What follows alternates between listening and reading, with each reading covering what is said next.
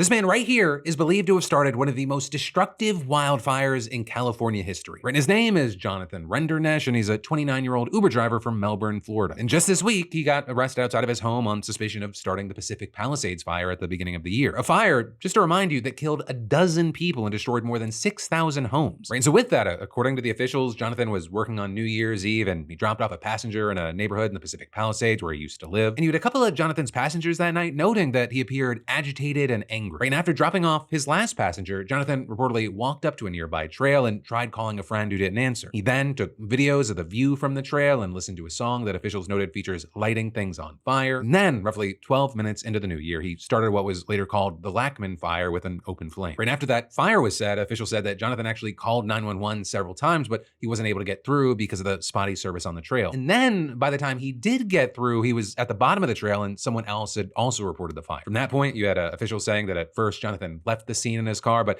then he turned around to watch the firefighters handle the blaze, even reportedly taking videos while they did. Now, while that fire ended up getting suppressed quickly, LA was also facing a massive windstorm in the following days, and the embers were still quietly smoldering underground, with them then reigniting and causing the Palisades fire, making it what's known as a holdover fire. And the rest, it's history. It becomes one of the most destructive fires in California history. It kills 12 people, destroyed some 6,000 structures and homes, and charred more than 20,000 acres. Now, as far as Jonathan, weeks after the fire started, it was reported that he was interviewed by police, and according to officials, he lied. Jonathan said that he just saw the flames while hiking at the bottom of the trail, and that's when he called 911. But geolocation data from his phone indicated that he was just 30 feet away from the flames as they began to spread. And that is also not the only piece of damning technological evidence that investigators found on Jonathan. Because over the course of the 9-month-long investigation, you had officials determining that the fire was intentionally lit, and they looked into Jonathan specifically. And one of the things they found on his devices were ChatGPT generated images of a city on fire and people running away. He also apparently told it he wanted the images to be dystopian and put in the prompt, "On the other side of the gate and the entire wall is a conglomerate of the richest people. They are chilling, watching the world burn." He also allegedly told a relative that he had burned a Bible and told ChatGPT it felt amazing. Right, and all of that as he's also accused of asking the app, "Are you at fault if a fire is lit because of your cigarettes?" And then all of that, it brings us to Jonathan's arrest on Tuesday when he was picked up outside of his home in Florida. He then yesterday had his first court hearing, though he has not entered a plea yet and likely won't do so until he arrives in California.